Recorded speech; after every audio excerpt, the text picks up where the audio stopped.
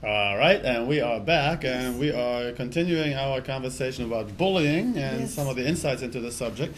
And I think we just left off before the commercial with what can you do if you find out that if your child is getting bullied. Yes. Okay, and we're going to, as a matter of fact, right now I'm citing some material that comes right from Toby Milroy, who is the CEO of National Association of Professional Martial Artists. I think we also said too to let them it's important that they let you know what's going on and that you respond the right way. Yes. To let them know right away that's not their fault and Yes, yes. And that's something I was going to And kind of talk talk to about that them. in a little bit. But the biggest problem, by far, the biggest problem that is, at least by that was quoted in this survey I'm referring to right now, was silence. The child won't talk about it in most cases, and a lot of times you have to figure it out little by little, and that's why we kind of put up the information every even moment. us as karate instructors that deal with that with our students, they refuse. They won't tell their parents, and even we have to kind of pull it out of them a little bit. But then they'll eventually come out and say it. 'Cause Right. that's a big one. Silence is a big one. So what can you do with your child if you do find out? Well, the first thing is ask your child what he or she thinks should be done. What did he or she already try to do? What worked? What didn't work? Right?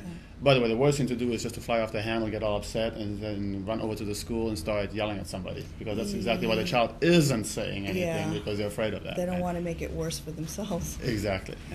And even this is something that also I looked at the Fresno School District student handbook, and what they basically tell or advise students and parents to do is make sure you talk to the principal or the guidance counselor. Do most schools have a guidance counselor? Elementary? Actually, I am not certain if they do. I know So- high schools do, right. but So then you're stuck with talking to the principal, which is, I think, a good idea anyhow, because if I was the Yeah. principal of a school, I certainly would want to know about this right away. right? exactly. Then also, don't encourage your child to fight back, which is the same thing that we teach. If you recall last week's segment on what we teach our children, is one of the first things is you don't fight back, you don't make it worse, because it really works. Right? Exactly. Plus, then you probably end up becoming a bully yourself. Right? I mean, there's extreme situations where they might have to use some blocks or something. and Sure, move away, absolutely, absolutely. But we don't encourage them to strike. Then help your child. This is an important one, because a lot of times there's one piece of advice that says, like, try to avoid the bully. Unfortunately, that's probably the most overused piece of advice that you can give a child. And to just simply tell them to avoid him is not really going to be a solution. Now, it's smart not to hang out in the same area as the bully. But if the bully is approaching you and now you're trying to avoid him, well, that's not a very healthy mental state. That means you're literally trying, like you're living a life on the run, so to speak. And if I want to interject here, usually what happens is this happens during recess or lunchtime. Maybe, in the classroom, but the teacher can usually control that. That bullies will seek you out. So it doesn't really matter where you're at. Exactly. I mean, you can avoid it, but I mean, most of the times that I've seen and things that I've heard and have talked to with other kids is usually they will seek you out. Absolutely, absolutely.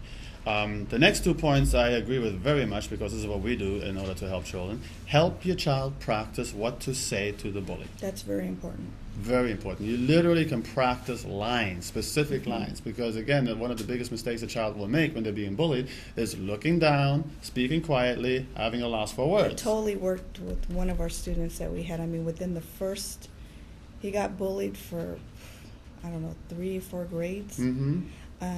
We talked to him. We told him what to say. We knew he was scared, but we said, you got to do this. We practiced with him. Bullying ended within 2 days after that. Yeah. It was very quick. Yeah. And the second one of the 2 points I really was able to relate to well was help your child practice being assertive. Yeah, it was part of it. And that's part of it. That's what we do constantly in the class.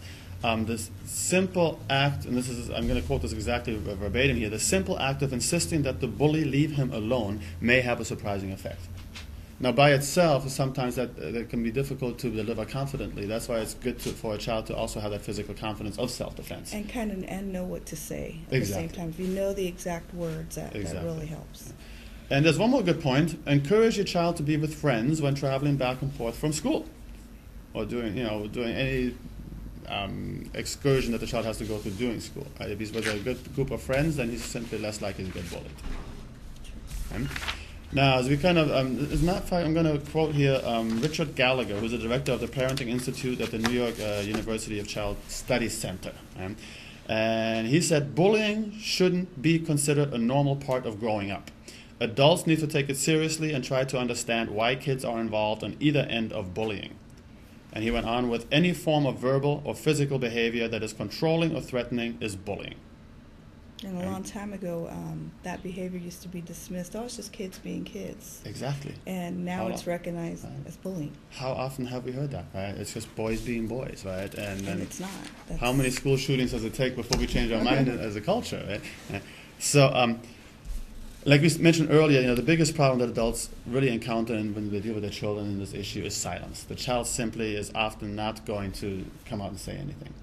Now to something I just found more recently, and it was Toby Milroy, the CEO of National Association of Professional Martial Artists, who works closely with the Mile High Karate franchise, came across a survey done by the Bay Area Children's Association in Cupertino, and this survey was conducted by Thomas Tarshish, I believe you pronounce it, Thomas Tarshish, who is an MD and also MPH, and I had to look up MPH. It stands for Master of Master of Mental Health.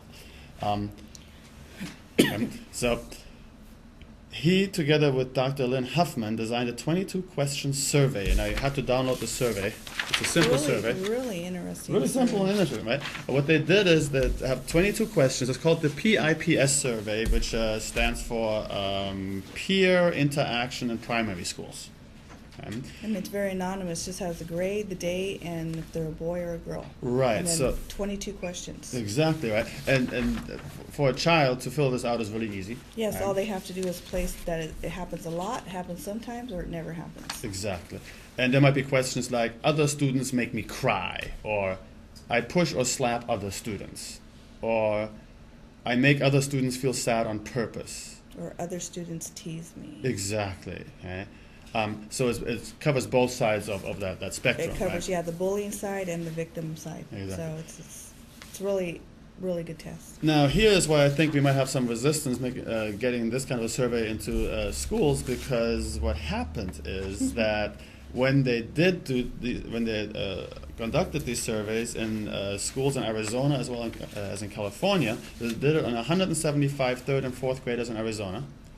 And they found that almost 60% of the children reported participating in at least one bullying behavior.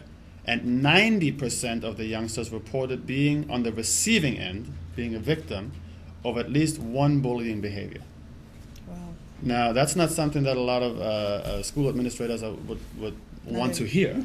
Exactly. And so I think we're going to run up against some resistance here. And really, I do not want to speak ill of the schools, the people in the school system. I think we have a lot of work in order to improve our school system, but the people themselves, they are limited in their resources, they're limited in their training, and to just put the whole burden on them is probably not fair either. And I say that because we work with a lot of elementary schools and with a lot of principals, the majority of which are very interested in solving a problem such as this one, but they have very overwhelming. Yeah, very overwhelming. Right? So that, by the way, you can go to bayareachild.org, bayareachild.org, and you can read up about Dr. Tarshish and his survey, and you can actually download the survey right from that website. Oh. bayareachild.org. It would be nice, I mean, even if parents would just do the test for their children. Absolutely. It would be very probably informative. They would find a lot of information they probably didn't know. Absolutely. I mean, I'm thinking it would be nice to have even our students fill out all these surveys, just so parents they would probably be very surprised at what results they thought they knew. I think we better do that. Absolutely. That's another thing we got to do this week. Okay, very good. Now, you want to repeat the question of the day one more time, because we have to go to commercial, and then we have to also have our special. Yes, we got to introduce our special guest of the day. Okay, it was the political question. Which politician stated, "Read my lips, no new taxes"? George H. Bush, George W. Bush, or Ronald Reagan? When we come back.